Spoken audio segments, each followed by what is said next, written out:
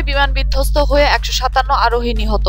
157 জন যাত্রী এবং ক্রু নিয়ে ইথিওপিয়ায় বিধ্বস্ত হওয়া বিমানটির সকল আরোহী নিহত হয়েছেন।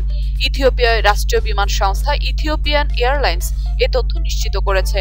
বোয়িং 737 বিমানটি দেশটির রাজধানী আদিস আবাবা থেকে নাইরোবির উদ্দেশ্যে যাত্রা করেছিল। ওড়ার মাত্র 6 মিনিট পরে এটি বিধ্বস্ত হয় বলে আন্তর্জাতিক ফ্লাইট পর্যবেক্ষণকারী একটি সংস্থা জানিয়েছে, খবর বিবিসির।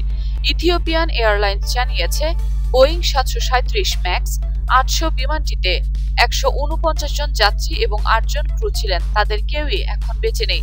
মাত্র 4 মাস আগে বিমানটি বহরে যোগ করেছিল এয়ারলাইন্স কর্তৃপক্ষ। বিমান সংস্থার একজন মুখপাত্র বলেন, স্থানীয় সময় রবিবার 8:44 নাগাদ দুর্ঘটনাটি ঘটে। ইথিওপিয়ান রাজধানী আদিস আবাবা থেকে 2 ঘন্টার দূরত্বে ঘটনাস্থলটি অবস্থিত। দেশটির প্রধানমন্ত্রীর কার্যালয় থেকে ওই বিমান বিধ্বস্ত হয়ে হতাহতের খবর নিশ্চিত করা হয়।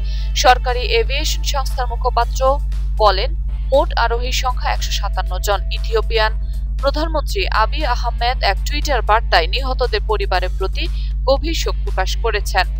আক্রান্তদের জন্য প্রার্থনা করা আহ্বান জানিয়ে টুইট করেছেন কেনিয়ার প্রেসিডেন্ট উহুরু কেনিয়াত্তাও।